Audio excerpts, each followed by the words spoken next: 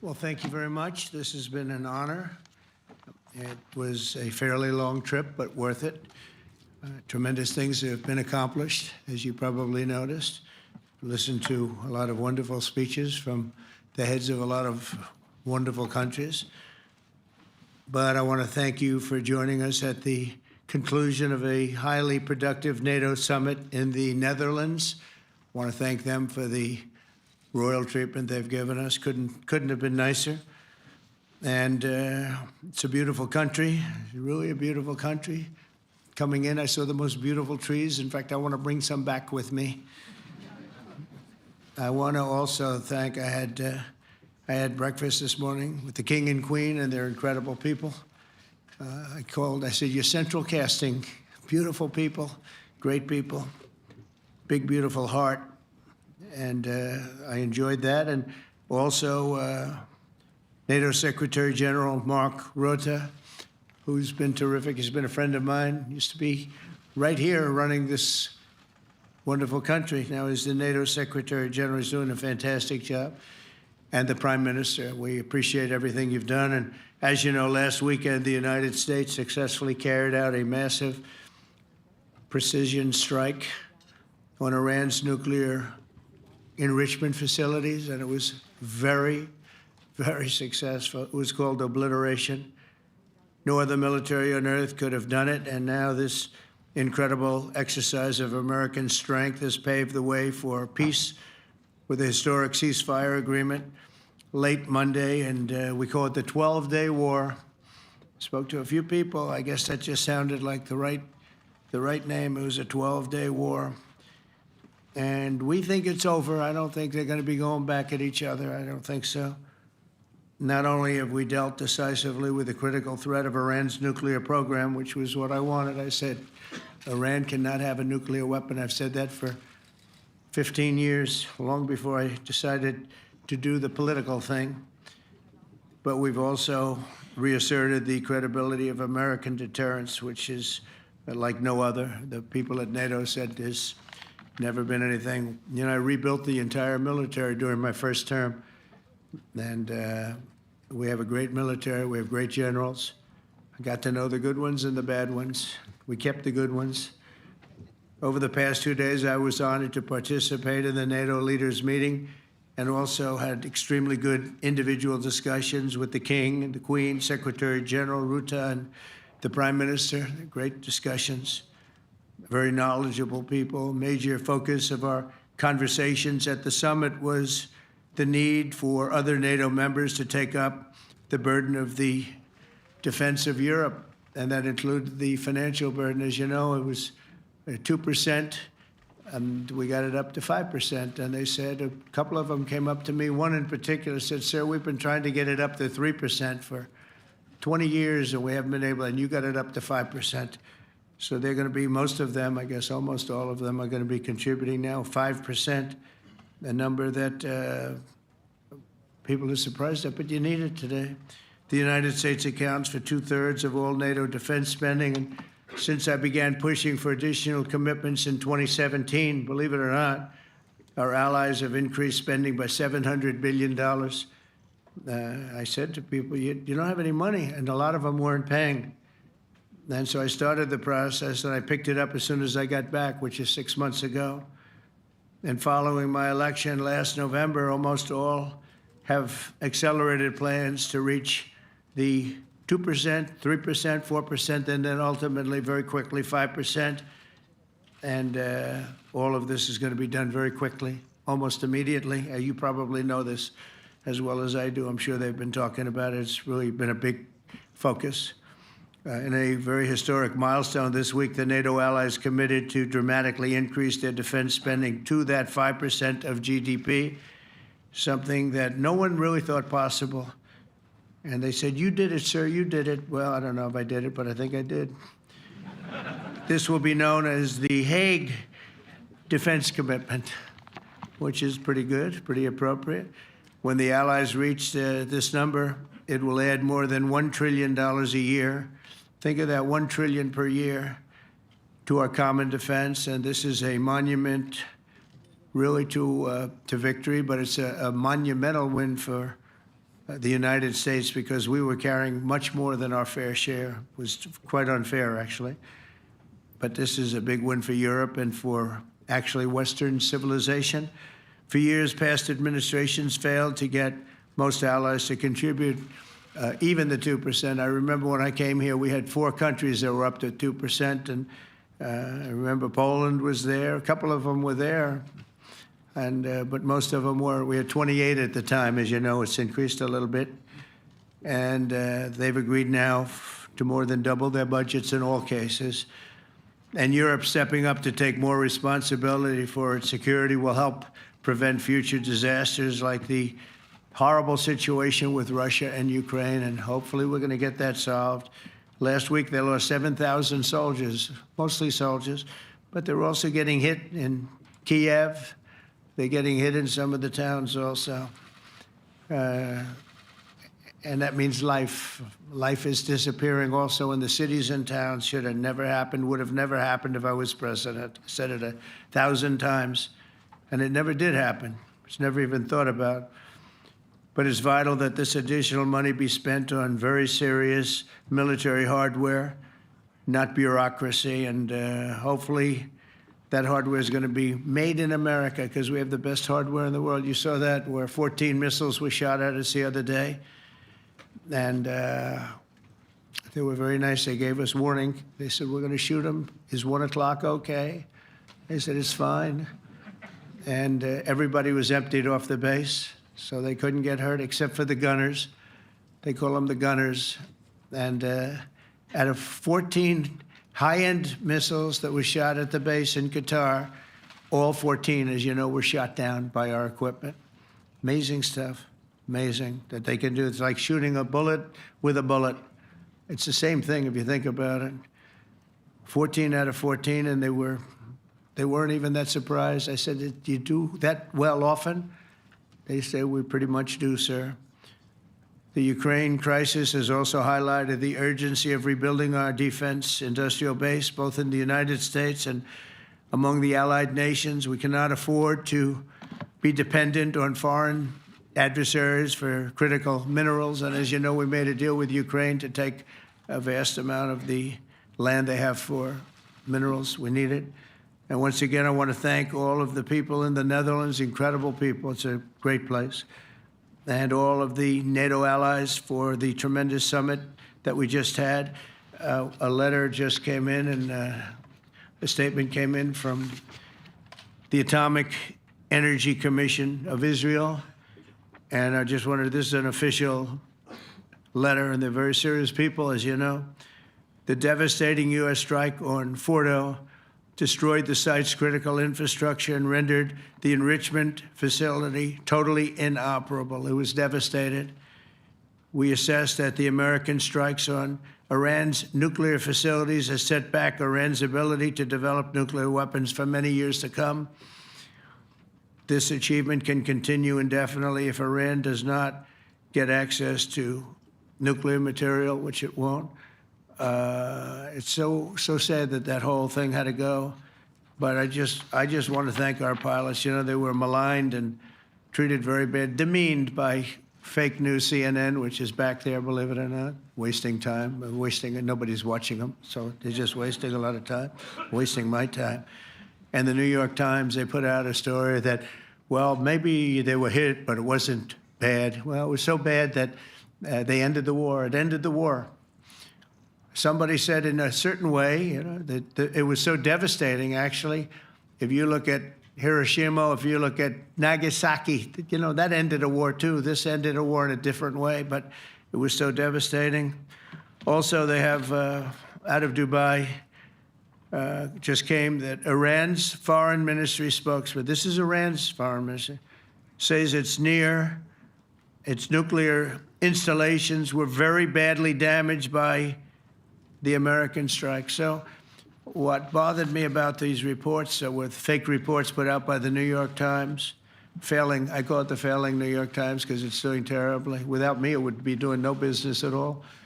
But, and by fake news, CNN and MSDNC, all of these terrible people, you know, they have no credibility. You know, when I started, they were at 94% credibility, the media. Now it's at 16%.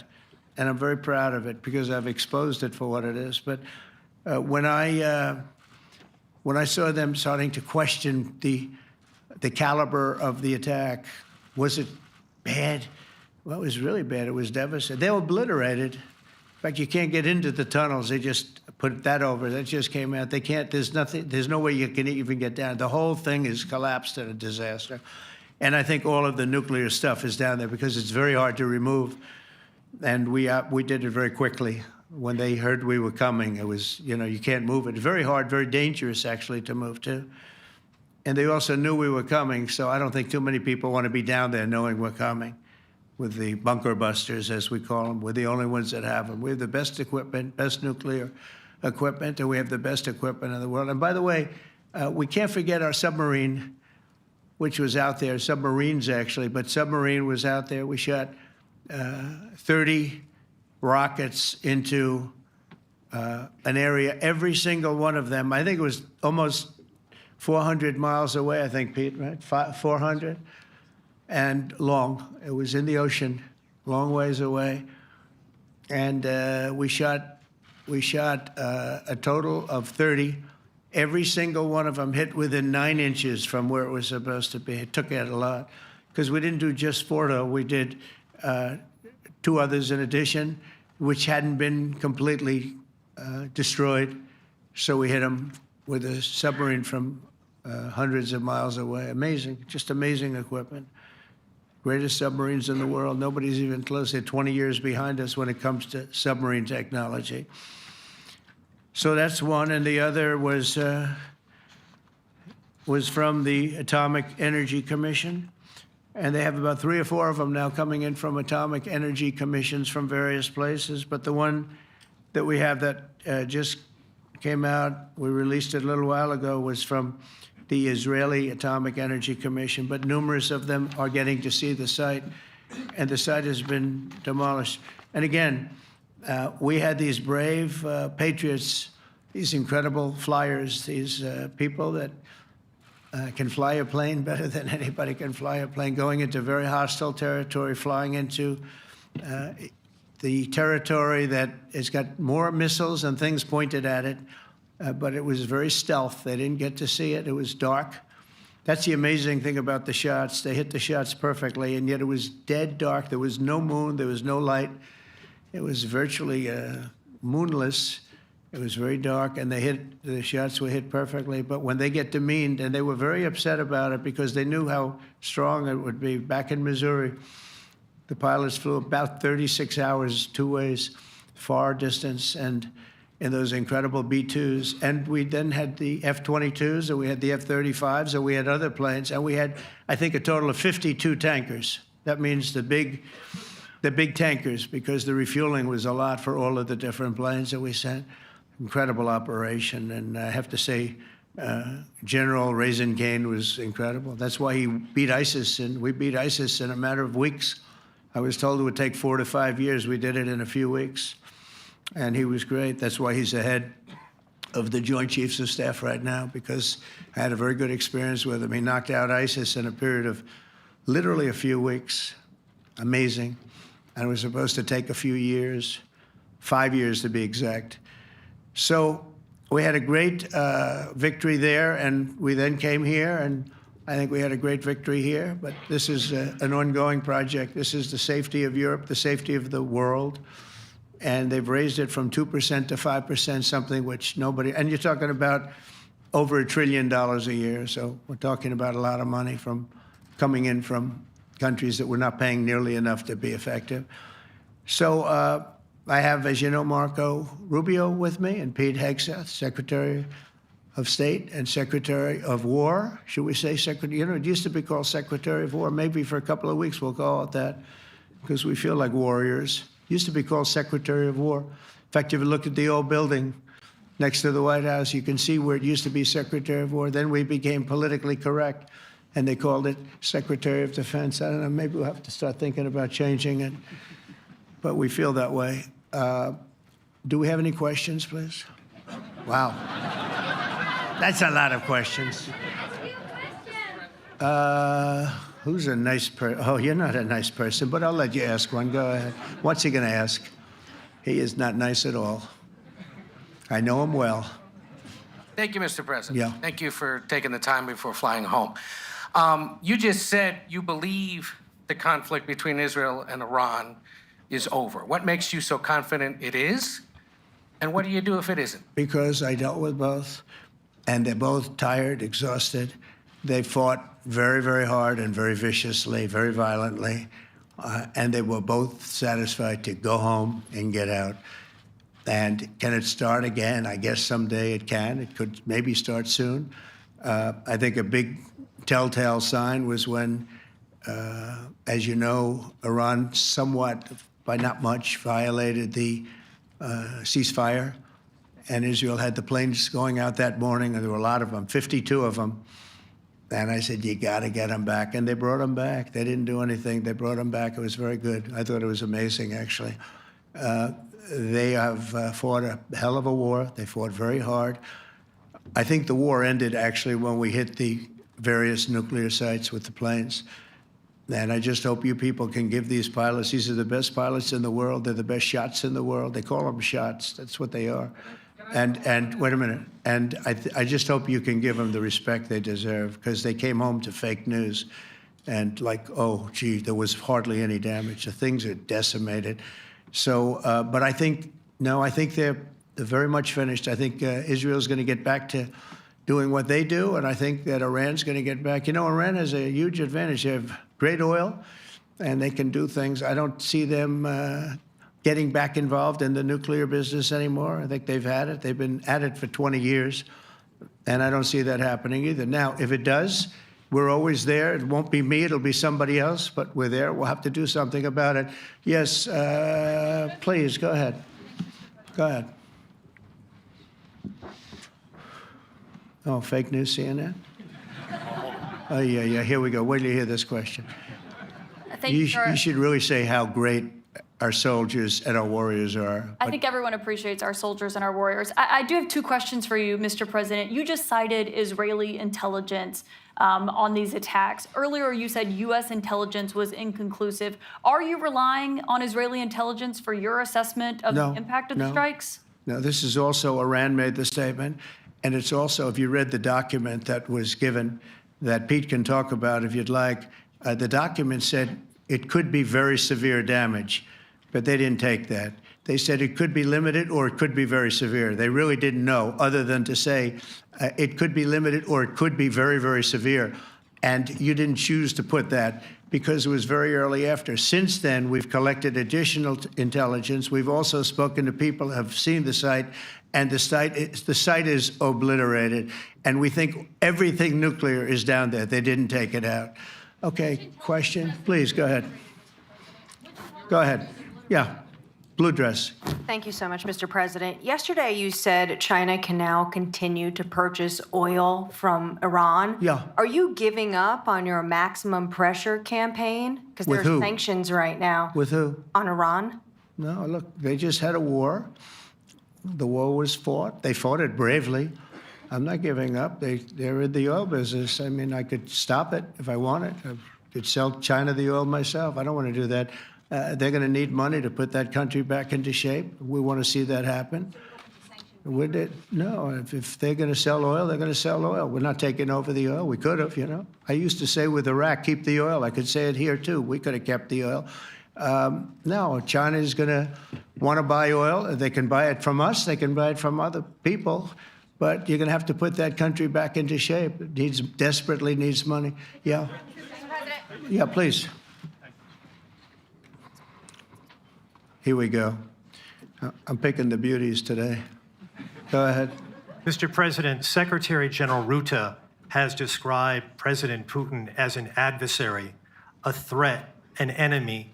Do you view him the same way? And in addition to that, you mentioned General Kane, your chief of staff, the chairman of the Joint Chiefs of Staff. General Kane. Yes. He has said that Mr. Putin has territorial ambitions beyond Ukraine. Do you view that in the same way? Possible. I mean, it's possible. I know one thing. He'd like to settle. He'd like to get out of this thing. It's a mess for him. He called the other day. He said, "Can I help you with Iran?" I said, "No, you can help me with Russia." Because, you know, in the last few weeks, we took care of India and Pakistan, Kosovo, Serbia. I think on Friday we have coming in, the Congo is coming in, and Rwanda is coming in. That was a vicious war that went on, a machete war, heads chopped off all over Africa. They're coming in. We did 2 others in addition to that. Nobody's ever done anything like this. No, I consider him a person that's, I think, been misguided. I'm very surprised, actually. I thought we would have had that settled easy. I've settled 4 of them in the meantime. But he did call up, and he said, you know, he's close to Iran. He'd like to help us get a settlement. I said, no, you help me get a settlement with you, with Russia. And I think we're going to be doing that, too. Yeah, please. Go ahead, please.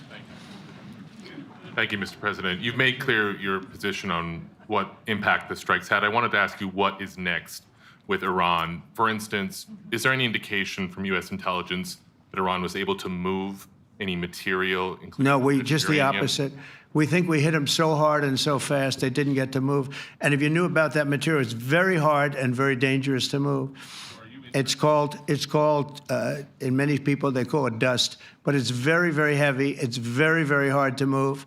And they were way down, you know, they're 30 stories down. They're literally 30, 35 stories down underground. You think you got it all? Oh, yeah, we think we got it. We think it's covered with granite, concrete, and steel. Can I ask you, are you interested in restarting negotiations with Iran? And if so, have they reciprocated? So Or is our this sort of people, settled? Marco could answer this, but our people are not, I'm not. The way I look at it, they fought, the war's done, and, you know, I could get a statement that they're not going to go nuclear. We're probably going to ask for that, but they're not going to be doing it. But they're not going to be doing it anyway. They've had it. They've had it. Now, maybe someday in the future we'll want that. But I've asked Marco, do you want to draw, I just asked him the question as we were walking on the stage, do you want to draw up a little agreement for them to sign? Because I think we can get them to sign it. I don't think it's necessary. Marco, do you want to talk about that, please? Well, Mr. President, I think President Trump has shown a willingness to meet and talk to anybody in the world who's interested in peace. I don't know of any president that's been as willing as he has to meet with anyone and talk about peace. We'd love to have peaceful relations with any country in the world. And so obviously that'll depend on Iran's willingness not just to engage in peace, but to negotiate directly with the United States, not through some third country or fourth country process. But I know of no president, probably in our modern history, that's sought peace more than President Trump has. Sounds like the door is open, but you're in no rush. Is that right? Sounds like the door is open, but I'll you're- tell you what, look, we're going to talk to them next week with Iran. We may sign an agreement. I don't know. To me, I don't think it's that necessary. I mean, they had a war, they fought. Now they're going back to their world. I don't care if I have an agreement or not. The only thing we'd be asking for is what we were asking for before about we want no nuclear, but we destroyed the nuclear. In other words, that's destroyed. I said, Iran will not have nuclear. Well, we blew it up. It's blown up to kingdom come. And so I don't feel very strongly about it. If we got a document, wouldn't be bad. We're going to meet with them, actually. We're going to meet with them. Yeah. Yeah, go ahead, please. Mr. President, Netherlands TV, thank you for visiting our country. Good. As I Thank you. understood, I, of course, would like to know how you slept last night at the House of the King. Oh, I slept beautifully. But probably a more serious question. I think you just had a meeting with President Zelensky. Did you discuss any ceasefire in this Russo-Ukrainian? No, I wanted to know how he's doing. He was very nice, actually. You know, we had little rough times sometimes. He was, couldn't have been nicer. I think he'd like to see an end to this. I do. I think what I took from the meeting couldn't have been nicer, actually. But I took from the meeting that he'd like to see it end.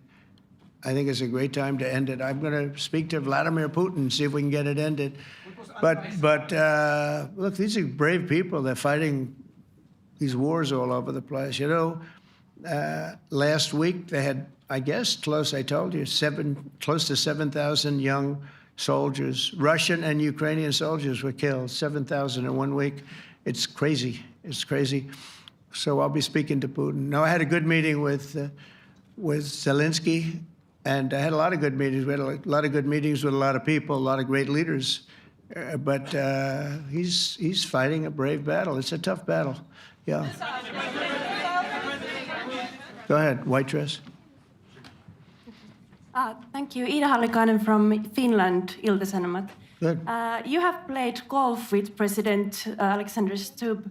How do you see Finland as a NATO ally and partner, and how would you describe your relationship with our president? Well, he's a very good golfer, okay? In fact, he was on his college golf team. He went to a good college in the South, as you know, a very good college, and he was a good golfer. We had a good time. I think my relationship's great. I want to buy icebreakers. You know, you're very good at icebreakers. And I actually made him an offer. I didn't go to Congress. They'll try and impeach me for this. But there's an old, it's not old, it's fairly new, but it's used icebreaker. And I offered him about 1/3 of what he asked for. But we're negotiating. We need icebreakers in the U.S. And if we can get some inexpensively, I'd like to do that. Actually, they'll fix it up, make it good. Also, we may buy some icebreakers. You know, you're the king of icebreakers, that particular country. They make them good. They make them really good, and they know what they're doing. And so we're negotiating with them for about 15 different icebreakers. But one of them is available now. It's old, and it's old. It's like 5-6 years old. And we're trying to buy it. I'm trying to make a good deal. It's all I do my whole life. My whole life, that's all I do is make deals. Yeah, please. Go ahead. Sir, go ahead. Yeah, a question for NewsHour, Dutch TV. First of all, on Article 5, on your way here, you spoke about the commitment of the U.S. to Article 5, saying, I'll give you my definition once we're here. Yeah. What is your definition, and may the U.S. commitment to Article 5 change in case some of the NATO members do not reach the threshold that was discussed today? My second question is following up on a colleague on Iran. What intel reports do say that everything over there was obliterated? Yeah, well, there are numerous of those reports, and they're coming out fast and furious. But the most respected ones we've already seen.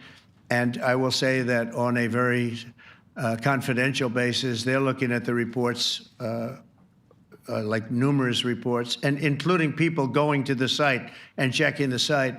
And they're going to be having, I guess you're going to be having over the next couple of days a full, you're going to encapsulate it. But no, the site was obliterated, just like I said it was, and just like the pilots should be given credit for. As far as Article 5, look, when I came here because it was something I'm supposed to be doing, but I left here a little bit differently. I said, I watched the heads of these countries get up, and the love and the passion that they showed for their country was unbelievable. I've never seen quite anything like it.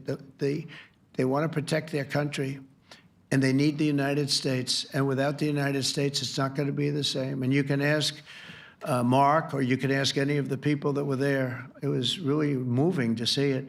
They love their country. They were so respectful of me because I'm the head of the United States. And I made, the King of Saudi Arabia, when I was in the Middle East, so I was in Qatar for a different reason, not a reason to get shot at. We were in there for economic development reasons, Qatar, UAE, and Saudi Arabia. All three leaders of those countries, and we took back $5.1 trillion into the United States. All three leaders said, you're presiding over the hottest country in the world. The United States right now is the hottest country. Everybody wants to be there. Everybody wants a piece of it. He said, a year ago, your country was dead. You had a deadhead running it. You had a country that was dead, and it was dead. You had people pouring through the borders. You had inflation. You had everything. He said, you've made it in 5 months at that time. You've made it the hottest country. This is the hottest country in the world. The United States right now is the hottest country in the world. And when I was around that table, it was a nice group of people, many of whom I knew from previous. When I saw the passion they had for the country, almost everyone, and you probably have the tapes, it was very public, but almost every one of them said, thank God for the United States. Without the United States, they couldn't really have NATO. It wouldn't work. It wouldn't work. It will in the future because now they're paying much more money, but it wouldn't work. It was great. And I left here differently. I left here saying that these people really love their countries. It's not a ripoff, and we're here to help them protect their country. Okay, we'll do one or two more. Thank you, Mr. President. Yeah. A question on Spain. Are you satisfied with today? Oh, I think Spain's terrible what they've done. No, I do. They're the only country that won't pay the full up. They want to stay at 2%. I think it's terrible. And, you know, they're doing very well. The economy is very well. And that economy could be blown right out of the water with something bad happening. You know, Spain is the only country that... Are you from Spain? Yeah. Good, congratulations. You're the only country that is not paying. I don't know what the problem is. I think it's too bad. So we'll make it up. You know what we're going to do? We're negotiating with Spain on a trade deal. We're going to make them pay twice as much. And I'm actually serious about that. We're going to make Spain... I like Spain. I have so many people from Spain that it's a great place and they're great people. But Spain is the only country out of all of the countries that refuses to pay. And, you know, so they want a little bit of a free ride. But they'll have to pay it back to us on trade because I'm not going to let that happen. It's unfair. It's unfair to NATO. All right, sir, please. Go ahead, right in the back. Yeah, you, tall one. The tall man.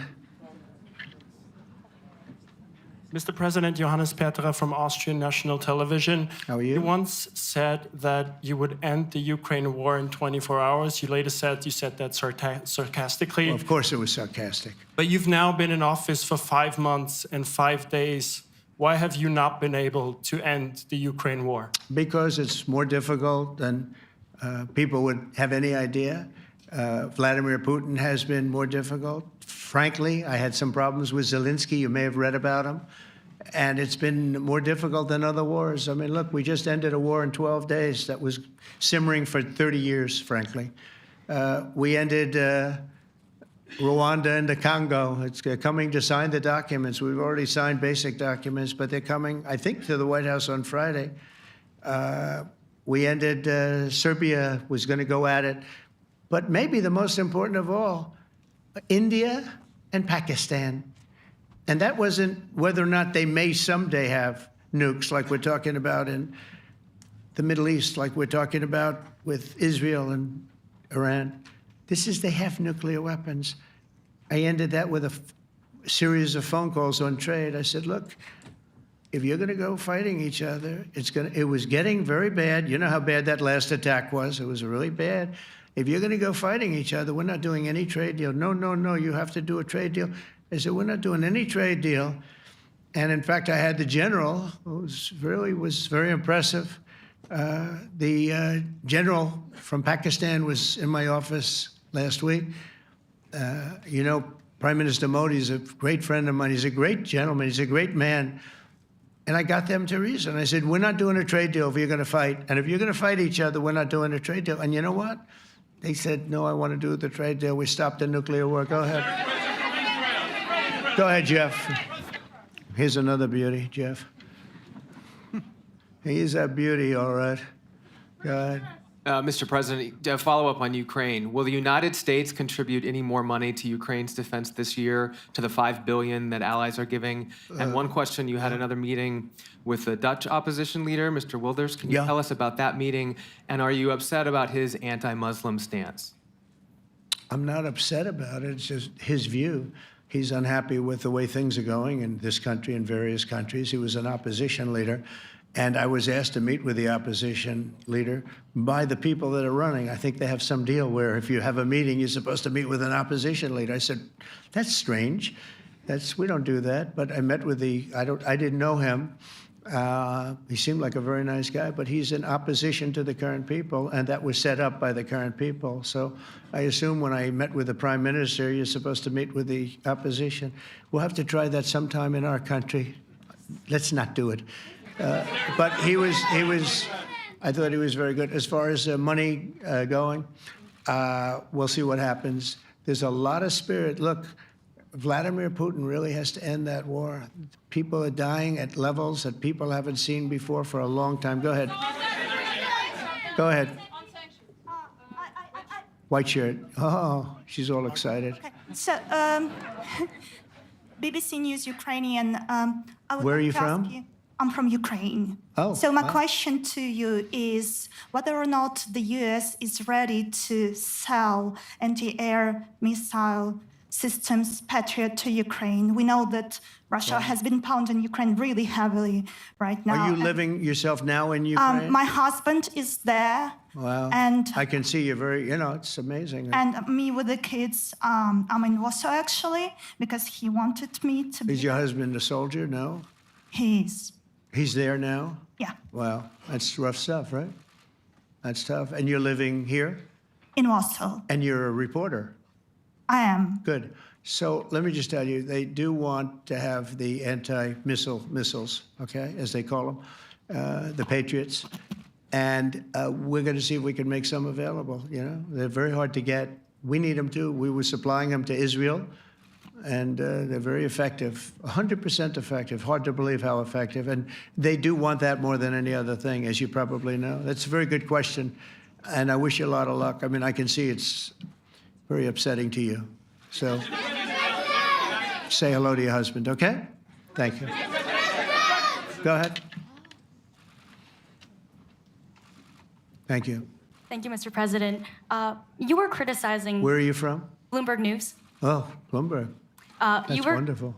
You were criticizing the Federal Reserve Chair before coming to this summit. Yeah, I think he's terrible. I was wondering if you've begun interviewing different candidates for the Fed pick. Yeah, I know within 3 or 4 people who are going to pick. I mean, he goes out pretty soon, fortunately, because I think he's terrible. We have no inflation. We have a tremendous economy. Hundreds of billions of dollars of tariff money is pouring in. Factories are being built because they don't want to pay the tariffs, so they're building them all over the country. I think we're close to $15 trillion. I told you $5.1 trillion from the Middle East alone, but of investment money coming in. There's never been anything like that in the history of our country. But we have no inflation. And we have borrowing, because Biden, stupidly, they did short-term debt. So we have borrowing coming up.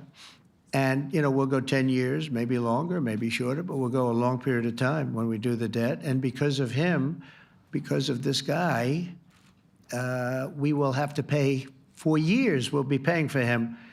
And I said to him, listen, there's no inflation. He says, but maybe there'll be some. That's true. I said, if there is some, what you do is raise the rate. I'm okay with that. You raise the rate in 2 years from now or in a year from now. But because the rate's high, we have to pay more for debt.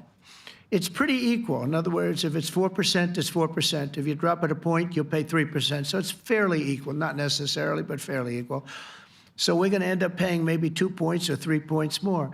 3 points would be about $900 billion a year because of this very average mentally person. He's an average mentally person. I'd say low in terms of what he does, low. Low IQ for what he does, okay? Wait, so instead of paying $900 billion, we don't want to pay 900 just because he doesn't want to lower the rate. I said, if there's inflation in 2 years or 3 years or 1 year from now, you raise the rate and you take care of the inflation, among other things. But he's probably a very political guy, I guess. I don't know. I think he's a very stupid person, actually. All right, one more. Let's go. How about you? Go ahead. She looks so happy and everything. Thank you. That's why I picked I'm her. from Spain, too. I'm Ana Buch from La Vanguardia. I wanted to know if... You're where from? Spain, too. Ah. I wanted to know if you want to... That's the Spain corner right there. I shouldn't have said that. That's okay. I do like Spain, by the way. I think it's unfair that they're not paying, but go ahead. Are you going to negotiate directly with Spain about... I'm going to negotiate directly with Spain. I'm going to do it myself. They're going to pay. They'll pay more money this way. You should tell them to go back and pay. You're a reporter? You tell them to go back. They ought to join all of those countries that are paying 5%. Spain's going to be just about the only one that's not. They were the most hostile toward doing it. It just doesn't make sense to me. Okay. All right, Kelly, go ahead. Here we go. There's another one. Hello, sir. Thank you We got them all today. Okay. So, Mr. President, you talked about expecting some on-the-ground assessments at Fordo and other sites. Now here, Is that here again. Israeli and U.S.? It's been obliterated, Kelly. It's What is your message obliterated. then, sir, to the intelligence community when they present reports? You're not disputing the DIA report. You're just They presented a exists. report that wasn't finished. We're talking about something that took place 3 days ago. I understand that's The report was done So 2 what days is ago. your- Wait a minute. Yes. They didn't see it. All they can do is take a guess. Now, if you take a look at the pictures, if you take a look how it's all blackened, you know the fire and brimstone is all underground because it's granite and it's all underground. You don't show it. But even there, with all of that being said, the whole area for 75 yards around the hole where it hit is black with fire. The group that's run by this gentleman, in fact, you may want to talk about it for a second because we're going to issue a report. And I think it's not even a very exciting report at this point. It's been obliterated, totally obliterated. And they did a report, but it was like, if you look at the dates, it's just a few days after it Understood, happened. sir. So they didn't see it. They said it may be very severe. Go ahead, Understood. Peter. Do you have a message for the intelligence community, though, in terms of unvarnished information getting to you, that it's not... I don't really have a message. I would say issue the report when you know what happened. I wouldn't say that it could be severe or maybe not. They use the word severe. It could be severe or maybe it's not.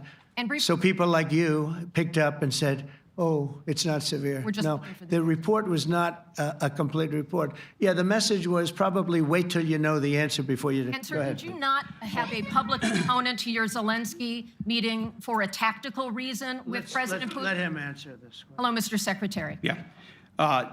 There's a reason the president calls out fake news for what it is.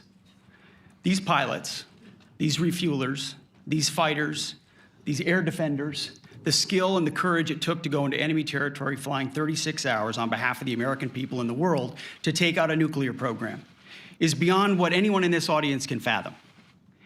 And then the instinct of CNN, the instinct of the New York Times, is to try to find a way to spin it for their own political reasons, to try to hurt President Trump or our country. They don't care what the troops think. They don't care what the world thinks. They want to spin it to try to make him look bad based on a leak. Of course, we've all seen plenty of leakers. And what do leakers do? They have agendas.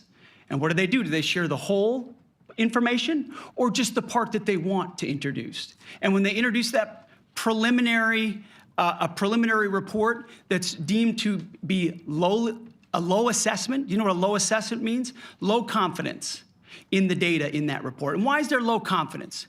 Because all of the evidence of what was just bombed by 12 30,000-pound bombs is buried under a mountain, devastated and obliterated.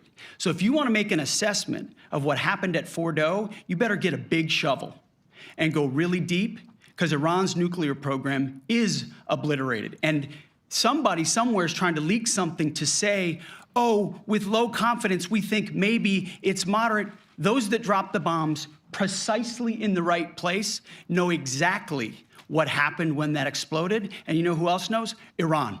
That's why they came to the table right away, because their nuclear capabilities have been set back beyond what they thought were possible because of the courage of a commander-in-chief who led our troops, despite what the fake news wants to say. But you're not disputing the report said what it said, even though it was initial. The report said what it said, and it was fine. It was severe, they think, but they had no idea. They shouldn't have issued a report until they did, but we've gotten the information. I think Pete said it better than you can say it. And, you know, you should be proud, you, especially you, should be proud of those pilots, and you shouldn't be trying to demean them. No, there's Those pilots flew at great risk, a big chance that they'd never come back home and see their husbands or their wives. Let me just tell you, you and NBC, fake news, which is one of the worst, and CNN, New York Times, are all bad. They're sick. There's something wrong with them. But you know what? You should be praising those people instead of trying to find some. By getting me, by trying to go and get me, you're hurting those people. They were devastated. You know, I got a call from Missouri, great state, that I won 3 times by a lot. And I got a call that the pilots and the people on the plane were devastated because they were trying to minimize the attack. And they all said it was hit. But we don't think it was really maybe hit that badly. And they were devastated. They put their lives on the line, and then they have, and I'm not referring to you, but real scum come out and write reports that are as negative as they could possibly be. It should be the opposite. You should make them heroes and heroines. You should make them really people that they were so devastated when they heard this news. And you know what they said? One of them, I spoke to one of them, said, "Sir, we hit the site. It was perfect. It was dead on." Because they don't understand fake news, because they have a normal life, except they have to fly very big, very fast planes. But it's a shame. You should be making them heroes. All right, in the back. Go ahead, back, white, yeah. White jacket, yeah. Go ahead, give my mic. Hello. Deborah Haynes from Sky News. Good. Mark Rutte, the NATO chief, who is your friend, he called you daddy earlier. Do you regard your NATO allies as kind of children? No, he likes me. I think he likes me. If he doesn't, I'll let you know. I'll come back and I'll hit him hard, okay? No? He did it very affectionate. Daddy, you're my daddy. Do you regard your NATO allies, though, as kind of like children, and they're obviously listening to you and they're spending more, and you're obviously appreciative of that, but do you hope that actually they're going to be able to defend themselves, defend Europe on their own? I think they need help a little bit at the beginning, and I think they'll be able to, and I think they're going to remember this day. And this was a big day for NATO. You know, this was a very big day. They took it. One of the gentlemen said, "You know what? We've been trying to raise money raise the rate for 30 years," he said, 20 years, from almost the beginning. And he's been there for a long time. He said, "Until you came along, it never happened. What you did is amazing." It's been sort of an amazing day for a lot of reasons, but also for that. Yeah, go ahead. Do you think they can do it without you, though, in the future? Can they do it without Well, ask Mark. I mean, you have to ask Mark, okay? So we're heading back. We're heading back. I want to thank these two gentlemen behind me. They're incredible people, both of them. They've done a fantastic job. And Susie's in the front, and she's done great. And Monica, thank you very much. That was quite an exciting time. And we're going to be heading back. We'll be back soon, and we'll see you in Washington, D.C. Remember this, we have the hottest country anywhere in the world. Thank you very much, everybody. Thank you.